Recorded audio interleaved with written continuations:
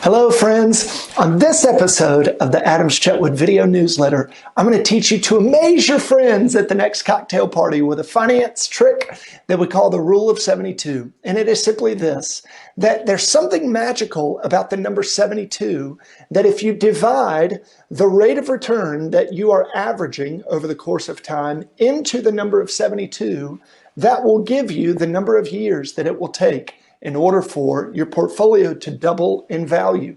So easy numbers. If we are averaging a rate of return of about 8% per year, you can take 72, divide it by 8, and that will mean that in 9 years, the value of your portfolio will double. Amazing, right? Amaze your friends.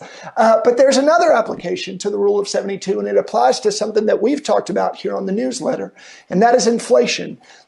We've talked at length about how we think all of this deficit spending could potentially weaken the US dollar's status as the world reserve currency, and that might lead to inflation at some point in time.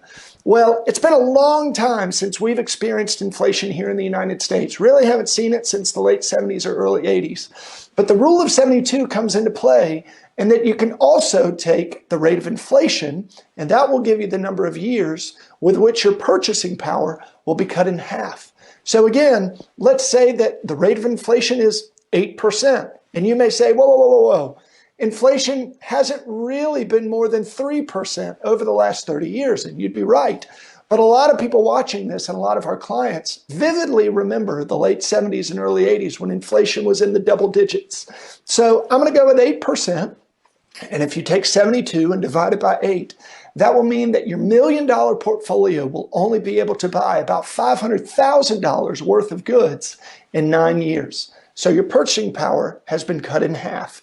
And you can use the Rule of 72 to determine how long your purchasing power will be able to sustain itself before it is cut in half.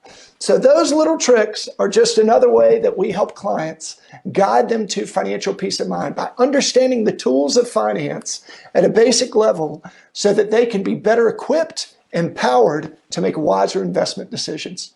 Thank you and have a great day.